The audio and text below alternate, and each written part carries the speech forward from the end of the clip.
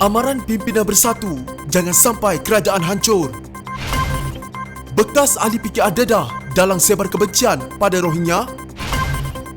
Najib tolak keputusan Muhyiddin longgarkan PKP. PKR gesa Menteri Perikatan Nasional, henti salahkan penjawat awam.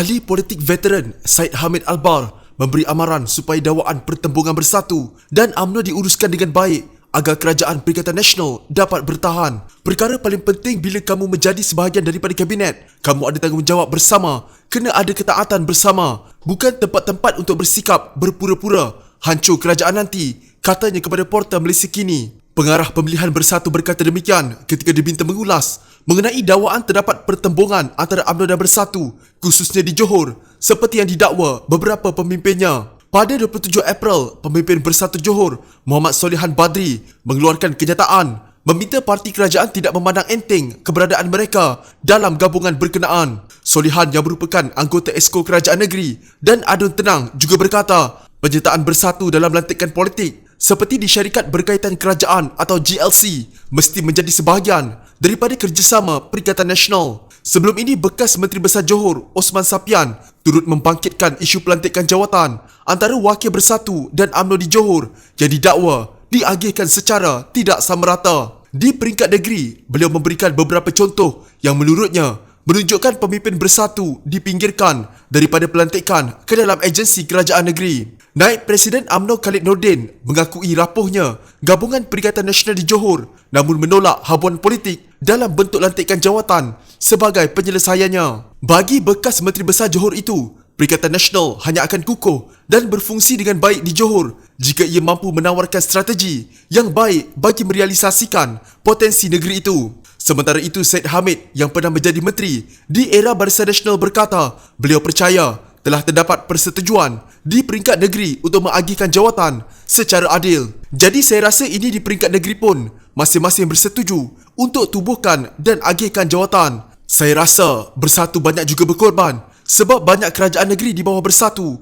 sekarang jadi kerajaan, katanya. Bagaimanapun, Syed Hamid tidak menolak mengenai dakwaan UMNO menggunakan Bersatu sebagai langkah mengukuhkan kedudukan selepas tumbang pada pilihan raya umum yang lalu. UMNO dulu terkeluar daripada kerajaan. Macam mana dia nak balik dalam kerajaan? Mereka jadi sebahagian yang buat langkah syaratan yang membolehkan UMNO sekali lagi duduk dalam kerajaan walaupun dipimpin Bersatu. Jadi saya fikir tujuan UMNO untuk dapatkan balik kedudukan mereka dalam kerajaan. Mereka berjaya melakukannya, katanya lagi. Sementara itu, ahli strategi Bersatu, Rais Hussein menyifatkan pergelutan antara kedua parti tersebut di Johor adalah perkara biasa bagi sebuah pakatan baru dan harus diselesaikan menerusi perbincangan. Jelasnya kedua parti tersebut harus membentuk jawatan kuasa bagi membincangkan pendapat masing-masing sebelum mengeluarkan sebarang keputusan. Saya rasa ketua parti perlu berbincang untuk membentuk satu jawatan kuasa. Jadi, semua pendapat boleh didengar dan keputusan dapat dicapai.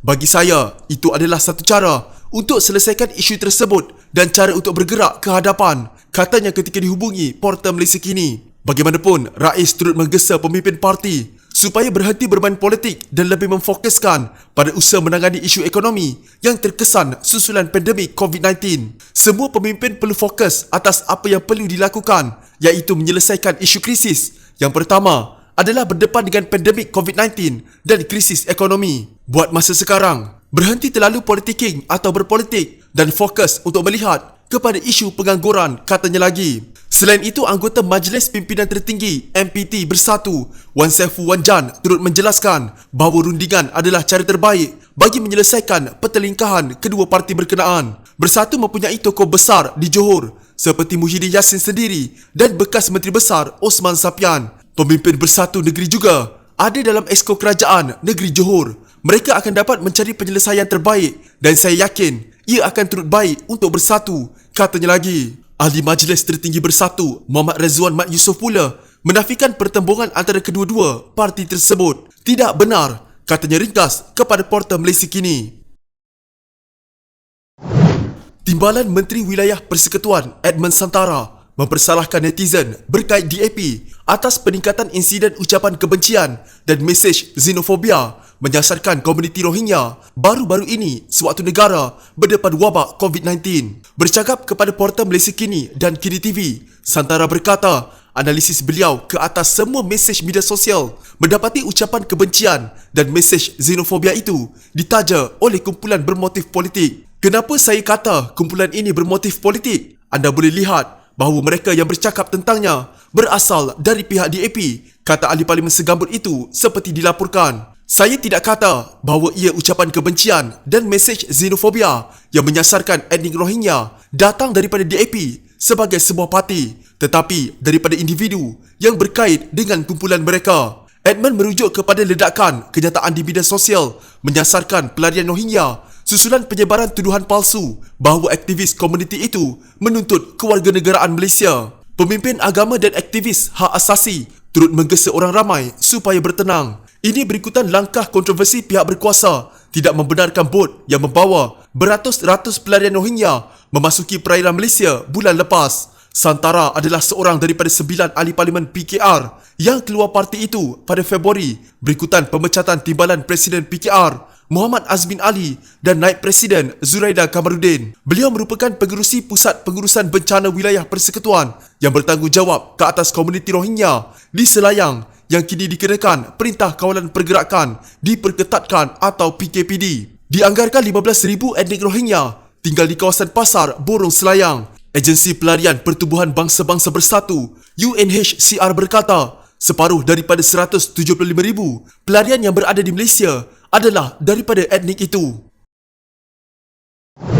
Bekas Perdana Menteri Najib Razak menolak keputusan Putrajaya membenarkan operasi perniagaan dibuka semula bermula 4 Mei depan kerana masih terdapat jangkitan baru wabak COVID-19. Najib berkata Perdana Menteri Muhyiddin Yassin tidak seharusnya gelojoh sewaktu membuat keputusan membenarkan operasi perniagaan dibuka semula. Sebaliknya ia perlu dilakukan secara berperingkat mengikut sektor demi sektor. Sektor demi sektor secara beransur-ansur, tidak perlu gelojoh sangat. Janganlah sekaligus, nanti susah hendak kawal. Apabila kita buat sekaligus macam ini, ia akan beri risiko kepada khidmat kesihatan dan petugas kesihatan kita. Adakah mereka bersedia jika berlaku kluster baru secara mendadak dan jumlah yang ramai? Negara Kanada dan Jepun sudah berlaku. Apabila mereka melonggarkan lockdown, kes jangkitan meningkat dengan mendadak, katanya dalam satu kenyataan. Putrajaya mengisytiharkan Perintah Kawalan Pergerakan Bersyarat PKPB bermula 4 Mei ini bagi meringankan sekatan berikutan tekanan ke atas ekonomi semakin dirasai selepas Perintah Kawalan Pergerakan PKP dikuatkuasakan pada 18 Mac. Muhyiddin dalam perutusan khas sempena Hari Pekerja berkata, hampir semua sektor ekonomi, kegiatan perniagaan dan sosial akan dibenarkan beroperasi semula tetapi tertakluk kepada syarat dan tata cara operasi standard bermula 4 Mei. Menurut Muhyiddin, langkah ini penting kerana perniagaan dan pekerjaan merupakan sumber pendapatan dan sekiranya sekatan ketat berpanjangan, ia akan menjejaskan kewangan. Bagaimanapun, kegiatan ekonomi dan sosial yang melibatkan perhimpunan ramai atau sentuhan badan dan mendedahkan orang awam kepada risiko jangkitan masih tidak dibenarkan. Najib berkata, sebarang pengumuman yang dilihat memberi kesan kepada ramai pihak perlulah dibuat awal memandangkan persediaan lebih teratur, perlu dibuat supaya situasi tidak menjadi kelam kabut. Jika hendak buka semula, beritahulah awal-awal supaya kita boleh buat persediaan yang lebih teratur. Ini hari Jumaat beritahu, hari Isnin depan dah perlu kerja. Pula tu, hari ini adalah hari kelepasan am, mahu kelam kabut dibuatnya. Perancangan kena betul kerana ia melibatkan rakyat. Apa kata minggu depan, bermula 4 Mei, dikira sebagai tempoh persediaan untuk membuka sahaja, katanya. Najib sebaliknya berkata, 11 Mei merupakan tarikh sesuai untuk membuka semula operasi perniagaan. Gunakan tempoh 1 minggu ini untuk ajar rakyat bagaimana hendak amalkan prosedur operasi standard atau SOP, penjarakan sosial dan menyesuaikan diri semasa di tempat umum. Perlu dilakukan secara beransur-ansur, bukan mendadak seperti ini, katanya. Bak lain tempat yang bengkak, tapi tempat lain yang bernanah. Itu bidalan digunakan seorang pemimpin kanan PKR berhubung kekecohan isu moratorium pinjaman sewa beli dan peribadi membabitkan Bank Negara yang panas sejak semalam. Naib Presiden PKR Chang Lih Kang berkata, tidak wajar untuk pemimpin kerajaan terus-terusan menyalahkan kaki tangan awam atas kekeliruan yang berlaku dari semasa ke semasa. Kekeliruan tentang moratorium adalah perkara polisi yang merupakan bidang kuasa kerajaan. Menteri Keuangan harus memikul tanggungjawab ini dan selesaikan masalah tersebut secara tuntas. Menuding jari pada kaki tangan kerajaan yang terima arahan daripada kerajaan ibarat lain bengkak, lain bernanah, katanya dalam satu kenyataan. Orang ramai sejak semalam menyatakan rasa marah ekoran kekeliruan mengenai kaedah serta syarat pelaksanaan moratorium pinjaman peribadi dan sewa beli yang diberikan bank-bank komersial. Sebelum ini kerajaan sebagai langkah meringankan kesan wabak COVID-19 membenarkan peminjam menangguhkan bayaran ansuran bulanan selama 6 bulan. Bagaimanapun semalam Bank Negara mengumumkan pelaksanaan moratorium itu memerlukan syarat yang tertentu dan peminjam tetap dikenakan faedah atas penangguhan berkenaan. Menteri Keuangan Tengku Zafrul Tengku Abdul Aziz meminta Bank Negara memperbaiki kaedah komunikasinya dengan pelanggan untuk mengelakkan kekeliruan. Setiausaha Agung UMNO Anwar Musa pula menciap dengan gesaan agar Gabenor Bank Negara Nur Syamsiah Mohd Yunus dipanggil untuk memberi penjelasan. Chang berkata, langkah Kerajaan Perikatan Nasional yang dilabelnya sebagai pusingan U menimbulkan kemarahan orang ramai.